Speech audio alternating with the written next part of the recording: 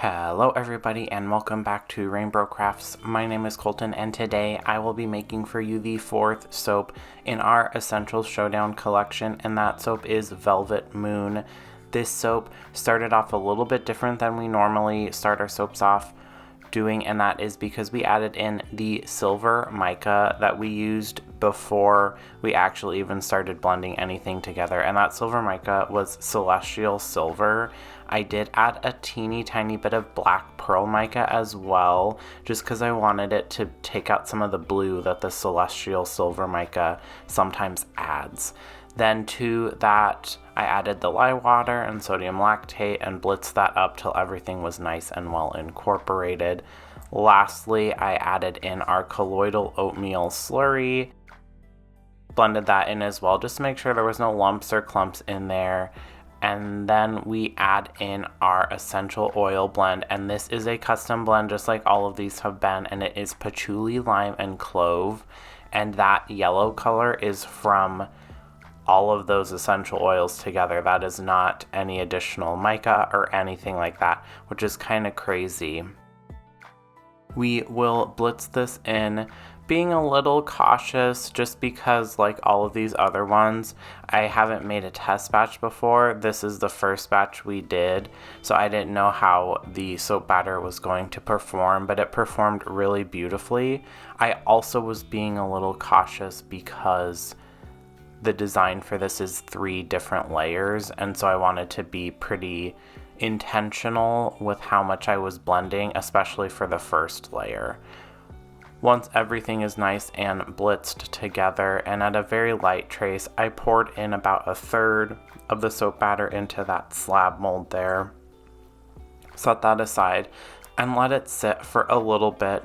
I wanted to do some different texture on the inside, kind of similar to the Wizard soap, which I'll put a card up in the corner if you haven't watched that. That was from our Wizard of Oz or Wicked collection, I guess is what it was called. But I wanted a little texture to add a little additional interest besides just the mica line that I was going to do. And then I went back in because I wanted more texture and added some more texture. I'll put a picture of the Procreate picture in one of the corners here for you to see what my initial design, what I wanted it to look like.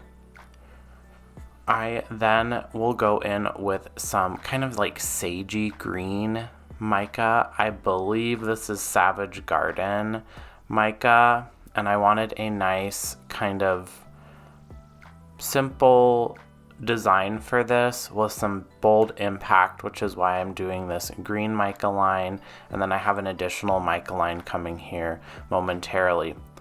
We will then go back in with the next 1/3 of soap batter and pour that over our scraper there. The bottom layer was pretty well set up, and you can see that the soap batter in our Cambro also was setting up, so it probably wasn't necessary, but you don't want to waste all of your hard work by getting a little too cocky and then have the design kind of fail on you.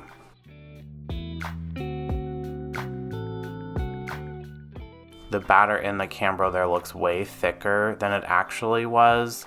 It looks a little more alarming than what it really is, so don't worry.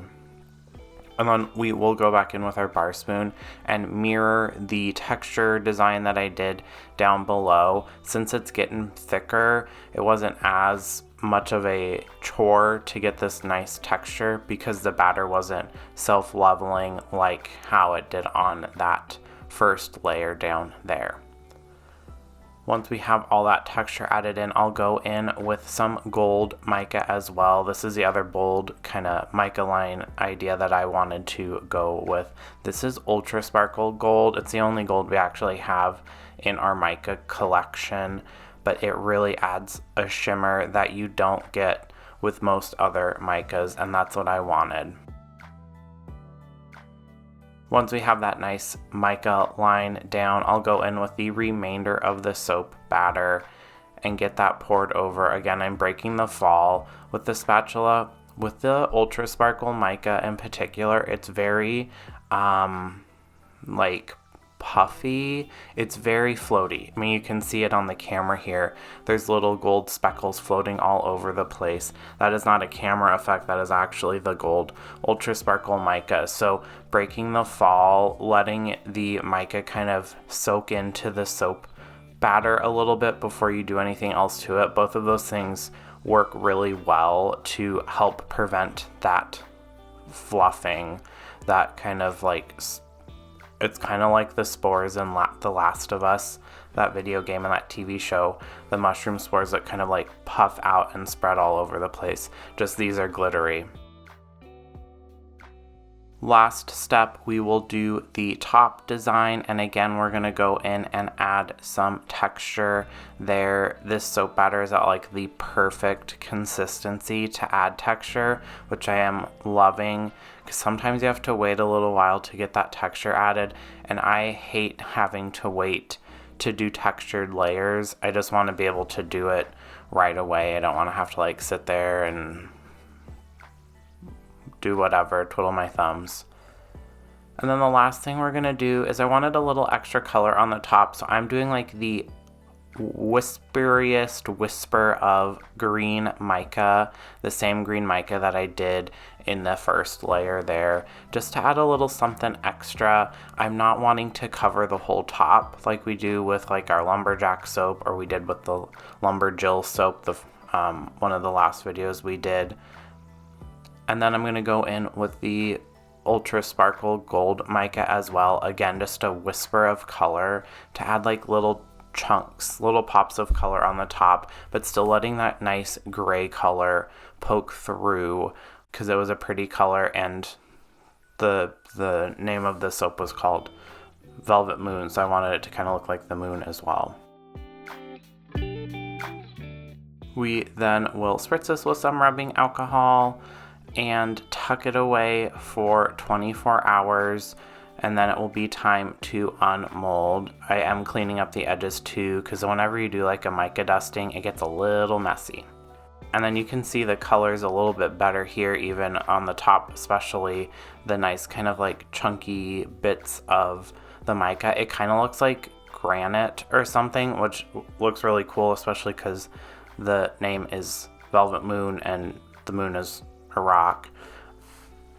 And then once all of that is in loaves, I'll break out Dorothy and slice this up, and we can see what the inside looks like. I'll take a middle piece there, and that is what I was going for. It's kind of hard to tell on camera, but in person it really does look kind of granite-like, especially with the like greenish blue and gold line throughout. So I really am liking the finished design for this soap. It is what I was hoping for, and the smell is really, really nice as well. All of the scents, and I did come up with them, so I'm a little biased, but all of the scents that we have for this month's collection are really, really tasty. So I think it's going to be a close race to figure out what is the winner of the Essential Showdown, because as you know, the first soap, maybe the first two soaps that sell out, will be added to our Essential